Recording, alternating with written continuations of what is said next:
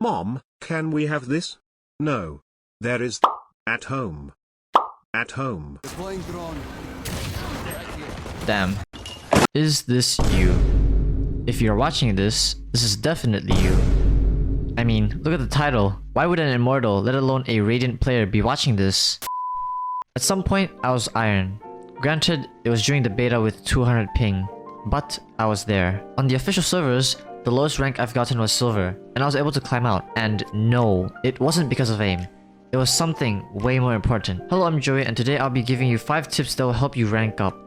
As a disclaimer, and I know it's weird to say this, but just because I'm an immortal player doesn't actually mean that I'm good. I still have a lot to learn and the actual grind has just started. But with that out of the way, let's get straight into the video. I'm sure a lot of you have seen multiple videos on tips to rank up, win gunfights, and stay consistent. I was like you guys, and felt that those tips were too vague. Some videos say, don't solo queue. Others say, communicate with the team. But the thing is, there's no such thing as a one and done tip. At the end of the day, some tips can't be applied to some people, and the tips I'll be giving you today can be applied across every rank. So here are some tips that will help you take the next step in matchmaking. Do you ever wonder how you somehow just have a magical game where everything goes right? Well, that game was possible probably because you took advantage of team play. This leads to my first tip. Take advantage of your team. It is extremely easy to take advantage of communication and team morale. We all have seen the videos. Communication is vital, and I know not all your games will have teammates that will give callouts, but if you're the first to step up and start giving comms, the chances of the rest of the team joining in increases. If you plan your executions on site during the buy phase, getting your team on the same page will increase your chances of winning more rounds. Let's take mid. Since we have Vandals, we can go through Orange or Tube. My second tip is to keep the team morale up. This is because it can be easy to lose a game just by having a bad mental. Even if the situation is dire, you can't let your mental get to you. In my opinion, mentality determines your performance.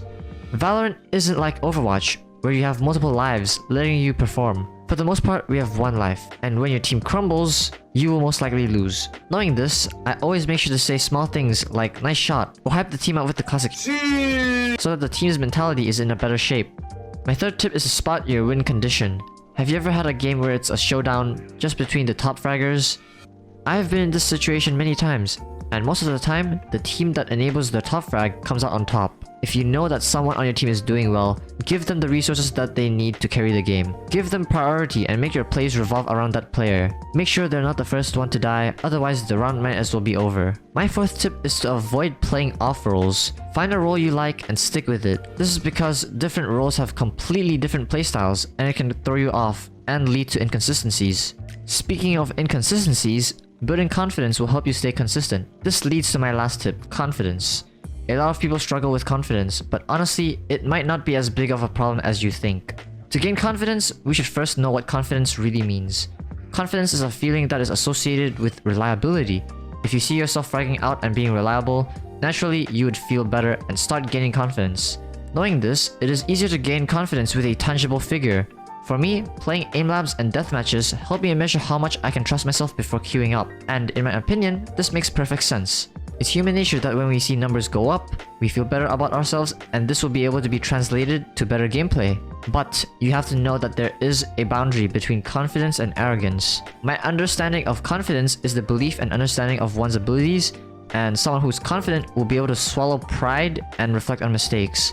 Arrogance is a sense of superiority, and someone who's arrogant will play for themselves, make excuses, and project fault on the team. So there you have it, my 5 tips that will help you reach your new peak. Hopefully you found this video helpful and entertaining.